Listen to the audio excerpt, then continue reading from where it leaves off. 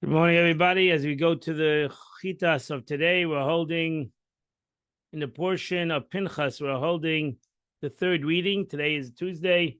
We're holding the third reading in the portion of Pinchas, chapter 26, verse number 52. God spoke to Moshe saying, to these you shall divide the land, Menachla in the inheritance, the Mispah Shemus, according to the number of names. Now she says, and not to those below the age of 20, although they reached the age of 20 before the allocation of the land for the conquest took 7 years, because we know it took 7 years to conquer the land and ultimately 7 years to divide it. So many people that became adults came above, they might have came into the land, they were 5 years old, but by the time they divided the land and separated the land, they were already 20. So, and the allocation took 7 years. No other than the 600,000, if the Torah says to these names, to the 600,000, 601,000 adults, that's the one who you can divide the lands. And so that's number one. Allocated to the one who the other of these 601,000 took a portion of land, and it was one of them had six. If one of them had 6 sons, they received their father's portion. Verse 54, but ultimately, to the large tribe you give a larger inheritance, and to a smaller tribe you give a smaller inheritance. Each person, according to his counting, you should give to the number. It means as follows, this was a difficult way to divide the land, and that's why it took time to divide it. It took 7 years to divide this land. To the tribe, which is large population, will allocate a larger portion, although the portions were unequal, since the portions were divided according to the size of the tribes. They were decided as a lottery, ultimately. This land was divided in many ways, and the lot was determined by divine spirit. So you had to have lottery, divine spirit. It means that they said the lottery, in essence, talked by itself. As it stated explicitly in the Gemara, Eliezer the Kohen was clad in the Urim V'Tumim, because Aaron passed away already. Eliezer was the Kohen Gadol, and he said, while inspired with the Spirit of God, he said, "In such and such a tribe is drawn, then such and such a territory will be allocated to it." The tribe that were inscribed on 12 slips and 12 territorials on another 12 slips, they mixed them in a box. So here he divided according to the size of the tribe, but ultimately was done al pi Hashem and through a lottery. I mean, in essence, the Eibishter wanted to make sure that everything should be minas seichel and ma'ila minas seichel. Everything should be divided intellectually above seichel from God. Nobody should have any complaints. Didn't work anyway. Ultimately, we know people complained in their parts that they got in Eretz Yisrael. But this is the way it was done. They mixed in a box. And the chieftain, the Nasi of the tribe, placed his hand inside and drew out 2 slips. In his hands came out a slip bearing the name of his tribe. He picked out actually his tribe. And the other slip described the territory designated to it. The lot itself cried out, saying, "I am the lot drawn for such and such a territory, for such and such a tribe." So people shouldn't even think, oh, maybe he knew where he peeked inside. The lottery itself said what it was. As it says, according to the lot, by the mouth of the lot. Since some of the areas are superior than the other, how you divide Eretz Yisrael? Some people are going to get to Jerusalem. Some people are getting, I don't know, they're getting not such a nice place. They're getting Tel Aviv. I don't know. Everybody wants Jerusalem. Everybody wants to live in Jerusalem. Not everybody could live in Jerusalem. It's not possible. Even today, 2/3 of the nation live in 1/3 of the country because everybody wants to live in Jerusalem or in Tel Aviv. So this what happened. It was not according to, therefore, some areas appeared to others. The lot was not divided solely according to the measurement, but it was assessed as an inferior piece of land sufficient to sow a kur was equivalent to a superior piece of land sufficient to sow a sah. I mean, the way they divided, the way superiority in those days didn't mean location, was more the concept of which land was fertile and which land was unfertile. So like you go to Hebron, it's a tougher land. You go to down different parts of Eretz Yisrael, it's a more of a luscious country and capable of having vegetation. And as the verse says, you shall split the land through a lottery. According to the names of the fathers of their tribes. Now she says this is also a very difficult concept. And this is to the father. We're going back to the those that went out of Egypt. It's interesting. The way they divided ultimately went back to the ones who went out of Egypt. This refers to those who came out of Egypt. Scripture teaches that the inheritance differently from all other inheritance mentioned in the Torah. For in this case, all other inheritance, the living inherit the dead. We're here, the dead inherited the living. And how was this? Two brothers who came out of Egypt, who had sons that entered the land. One had one son, let's say, that's the example. And the other had three sons. One received one portion, and the three received three. As it says, you shall apportion to the land amongst these, the ones who came into the land. The inheritance of these four reverted to their grandfather who left Egypt. And they divided ultimately everything equally. Two sons. This is the meaning, what's stated, they shall inherit according to the names of the father of the tribes who left Egypt. For after the sons received it, it was divided up according to the fathers who left Egypt.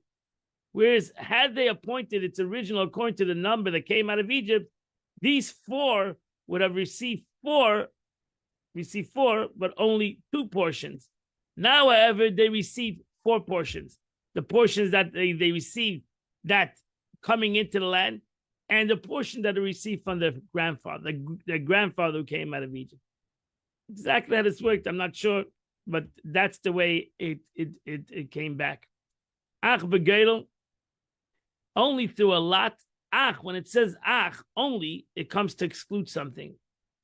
So therefore, it excludes Joshua and Caleb, these two Jews who were not part of the Meraglim. As it says, they gave Hebron to Caleb. Moshe Rabbeinu spoke. Further it says, according to the word of the Lord, they gave him the city that he had requested. So they gave them different, they got an extra part of Eretz Yisrael. Matas Aveitzam, Yotzu Gate, and Vavad, this excludes proselytes and Gentile slaves that they receive their property through their masters. The inheritance shall be a portion between the numerous, numerous and the few, according to the lottery. Again, al pi ha'goydol, Rashi said this. Rashi is just saying the word al pi on the mouth of the lottery. So Rashi says that by the mouth of the lottery, the lot spoke out, as explained in verse number 54. We explained that. This tells us that it was divided by divine spirit. This is why it says in accordance to the Lord's word. So there was a lottery. It made sense. Everything was divided. Ultimately, that Jews should accept that the Eibishter, God gave each and every part of the land. God gave each one that he deserved. Now this is the counting of the tribe of Levi. To their families, the Gershon, Mishpachas HaGershuni, the Gershon, the family of Gershuni, Lakos, Mishpachas HaKosi, the Merari, Mishpachas HaMerari. Ela Mishpachas Ben Levi, these are the family of Levi, Mishpachas HaLivni, Mishpachas HaCharveni, Mishpachas HaMachli, Mishpachas HaMushi, Mishpachas HaKorchi, Kohas, Hailid es Amram. Kohas had Amram. Amram was Moshe Rabbeinu's father. Ela Mishpachas HaLevi. Now it says the missing are here are families of the Shemites, Vayizeli, Uktsas Min HaYitzri. So there was 2.5 families over here that were missing in this count. They were killed in the war that they had with the tribes. Rashi said they were killed when the tribes went back. So 2.5 families were wiped out from that civil wars, that civil situation. Verse number 59. V'shemesh Amram, and the wife of Amram was Yocheved, Bas Levi. Amram's wife was named Yocheved, the daughter of Levi. So she was Amram's aunt. Ashayodul Levi b'Mitzrayim, which Levi had when he came down to Mitzrayim. Vatayla Amram, Amram Yecheved had es Aaron, es Moshe, es Miriam Achosam. Amram had these three children: Moshe, Aaron, Moshe, and Miriam. Now she says her birth took place in Egypt, but not her conception. She gave birth to her as they entered into the walls of Egypt. And she completed the number 70 that came into the land of Mitzrayim.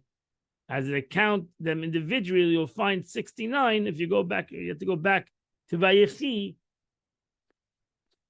where over there, the Torah tells us, gives us the counting of the 69, 70 ultimately was Yecheved, who came to the number 70.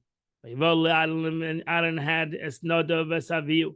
Aaron had Nadav and Avihu, es Eliezer, and his son. He had his four sons. Vayom es Nadav Avihu, and Nadav Avihu died. Bakrivam Eizara, when they brought her unauthorized fire, Lifnei Hashem. Vayiyu Pekudeim, and their counting was Shleisha ve'esem elev, was 23,000. Kol Zacha miben Chodesh Hamayla, or every male from 1 month and upwards, because the Levi was counted from 1 month and upwards. Because the Levium were not counted part of the Jewish people. Because the Levium were not given a nachla b'seich b'nei Yisrael. Rashi says, who were counted at the age of 20 and upwards, for the reason, and those who were counted from the age of 20 were recipients of inheritance. As we said before, there was divided between those who came into the land of Eretz Yisrael from 20 and above. But the Levium were not counted.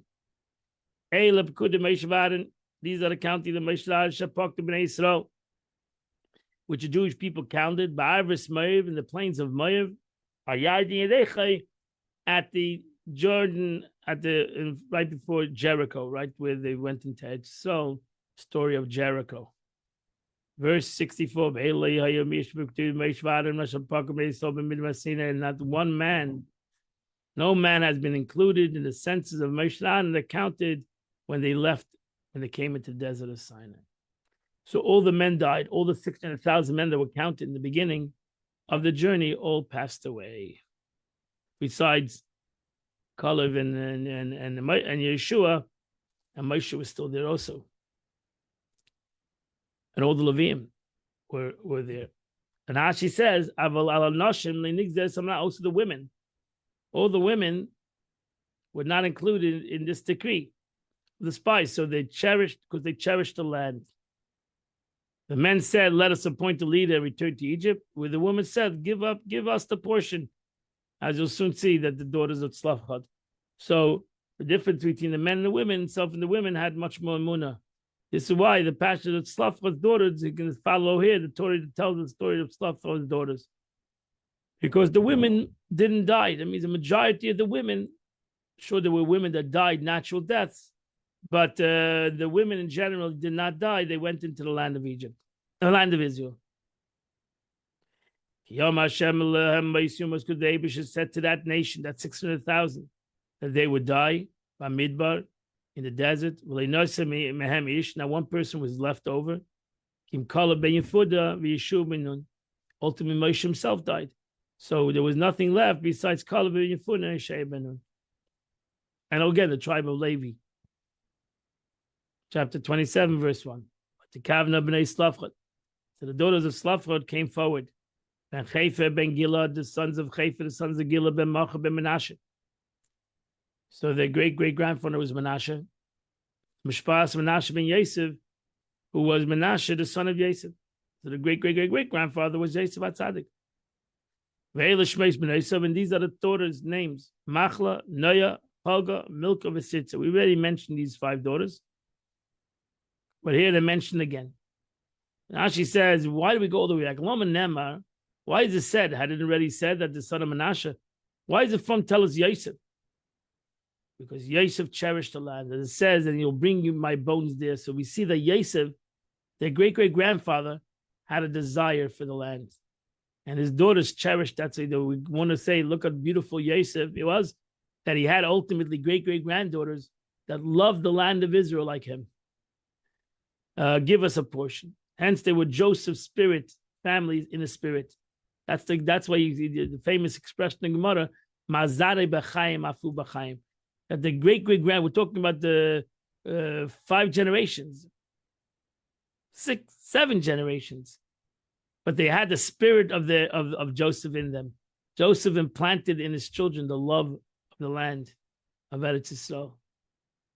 For anyone whose deeds and their father's deeds are not clearly described, Scripture specifies one of them to trace to the genealogy. For praise, he is a righteous man, his son is a righteous man. But it takes none for the shame, for example, Ishmael, the son of Neah, the son of Ishama, came.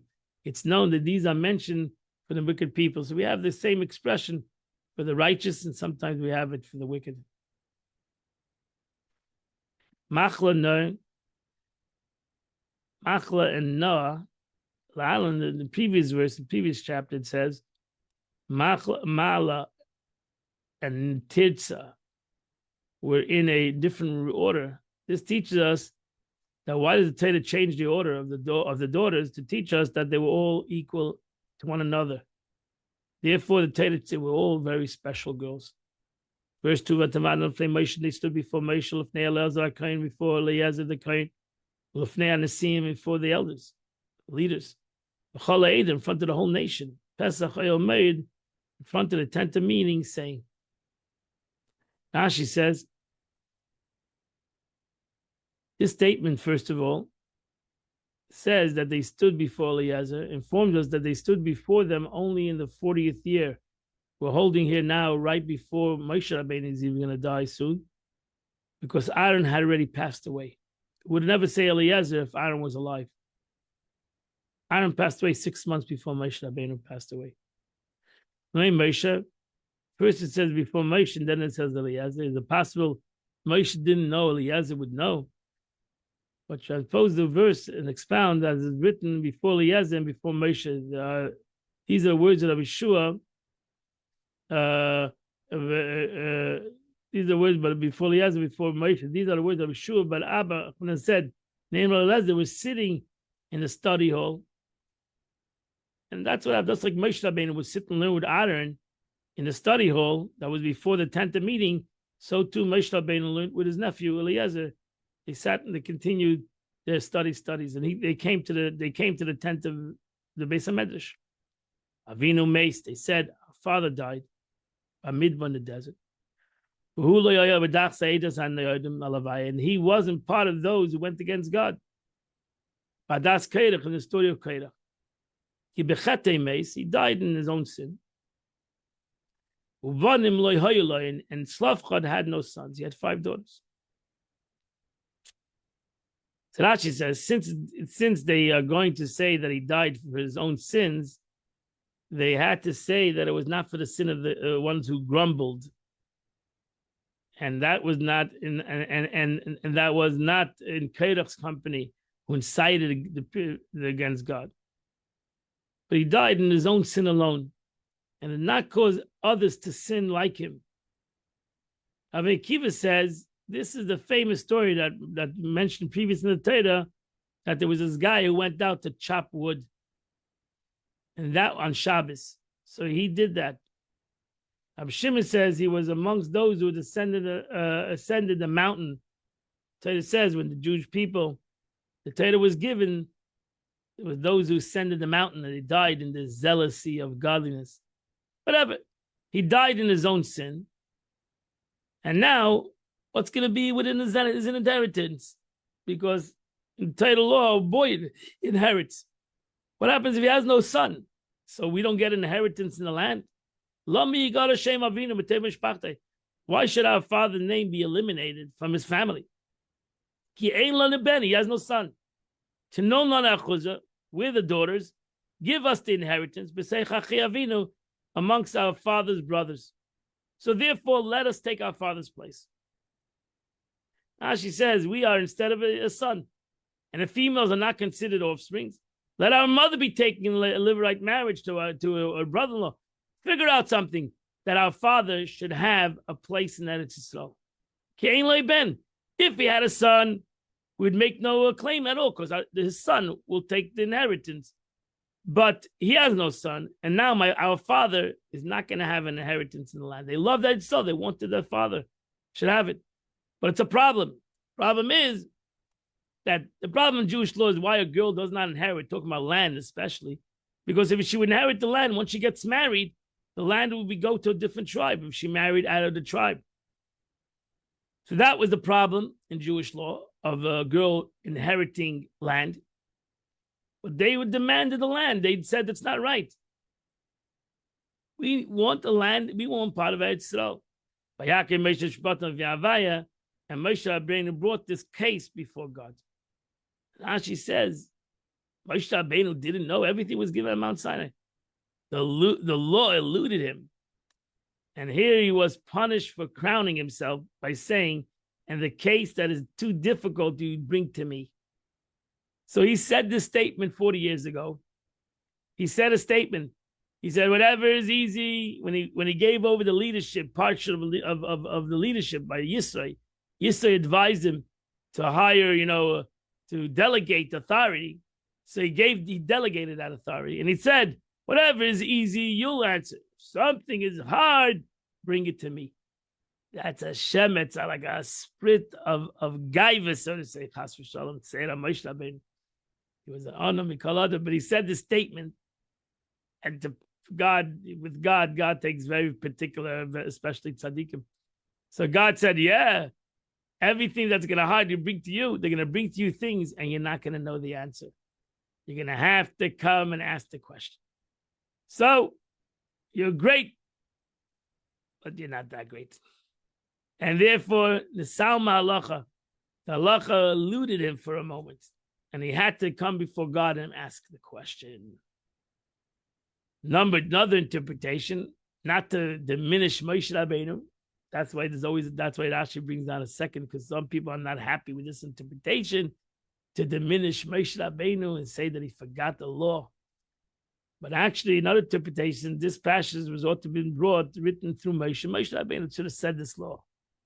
But Slavchad's daughters is to show the greatness of these girls. Because these girls had such a desire for the land of Israel, the Eibusha said, I'm going to leave it for them. They're going to be meritorious, so that's written through them. I'm going to have it accomplished through them, and that's what happened. So here you have two interpretations of Rashi. Why did suddenly Moshe have to bring this before God?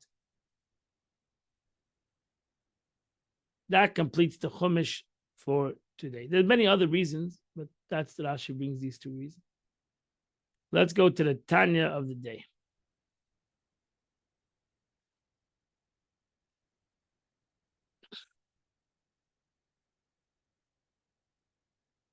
So we're going to finish this with the Alter Rebbe continues to elaborate on the concept of fasting and all the Tanesim, the 252 fast that is brought down. Today's a fast day, so it's good to learn this on this day. However, there still remains a fast in excess of the example, the 252 fast of Reish Nun Beis Kai Gavna, meaning whatever the number exceeds 3 times the prescribed number of fasts for any particular sin. Sheitzarach l'sanish, for one ought to fast. In difference to the more stringent opinion, l'sanis mispatein v'shal kol chet v'chet, that insists that an appropriate number of fasts for every violation committed, that you need to have more than you need to have each and every sin each to each base, 250 kiniskelel. Then if a person cannot fast, yifte kulam b'tzedakah, he should redeem them all with charity. Erech Yud Gimel, as I mentioned before, the 18 Polish coins, Ba'ad Kol Yom, for each and every day. So that's why today, for example, if you can't fast, you should give tzedakah in the equivalent of the food, the amount of food. And so too charity may redeem all of the fasts that he should had undergone for sins not entailing death. That I said upon whether even neglecting any positive commandment, whether explicit or rabbinical. The Talmud Torah connected kolam and self the neglect of learning Torah, which is equivalent learning Torah, which is equivalent to all of them. So self understood that you should give tzedakah for all these sins that you might have done, and therefore, Alter Rebbe, as I said, and the Rebbe beg people to give tzedakah. You should give tzedakah every day. We always should give tzedakah every single day because it helps us out in all these issues. As according to the number of fasts prescribed by the penitents of the Arizal, of blessed memory, Rubam Manaskarim Mishnahs Chasidim, and most of them are noted in the book called Mishnahs Chasidim, the Masechtas Tshuva, in the Tractate of Repentance. So all of these fasts, Yifte b'tzedakah, you should redeem, as explained above, through charity. If he doesn't have the capability to go through these fasts, as I mentioned before. Though it might amount to a very considerable sum, if you're going to give 18 gudlim, if you're going to give 18 bucks for each fast, okay, you might come up to a big number. Even 18 times 252, 18 times 252 is $4,000, $4,536. Okay, I think everybody should give $4,536 today to Chabad. Okay, I will, and then I promise you'll be forgiven for everything. So he need fear. So he need not fear violating the injunction. One should not extravagantly distribute more than 1/5 of the property to charity. So maybe if you're going to take all these fasts together, maybe you have to fast a couple of times 252. So it's going to be a lot of money. So how you go with the dictum, a person shouldn't give more than a 20, 10%, 20% of charity, 20% of your value should go to charity. But if you're going to go put all these fasts, it might go to more than 20%. So the Alter Rebbe says, when it comes to life and death, then there's no concept of the law of 10% to 20%. You should know that in general. The law only pertains to a person that is pure and a perfect person. That person doesn't have to give charity more than the most is 1/5, or 10%. Mice, 10%. Because in this situation, when we're trying to rectify sin, then there's no amount that a person should give. This is redeeming your soul. So how are you going to evaluate the redemption of your soul? You're going to say only 1/5. That's like as the Alter Rebbe can say in a moment. That's like the person say, I'm going to allocate a certain amount of money for my health. If it goes above that, I'm not going to pay. That's ridiculous. You're going to go and find the money to pay for whatever you need for your health. You're not going to say, I'm not going to do, this is my budget when it comes to health. They didn't have in those days healthcare. But even if you have healthcare, you have a situation that you need to have a certain procedure that is not covered by health, you're going to make sure to get it. You're not going to say it's out of the budget when it comes to health, life and death. You're not going to say such a thing. But like God, so it's not any worse than the healing of the body. The shai tzrach of other needs. So when it comes to other needs, you don't say, I only can do according to my value. This is the budget. There's no budget when it comes to a person's life. You go above budget. So too, we're talking about the connection of our soul. So why suddenly are we in budget?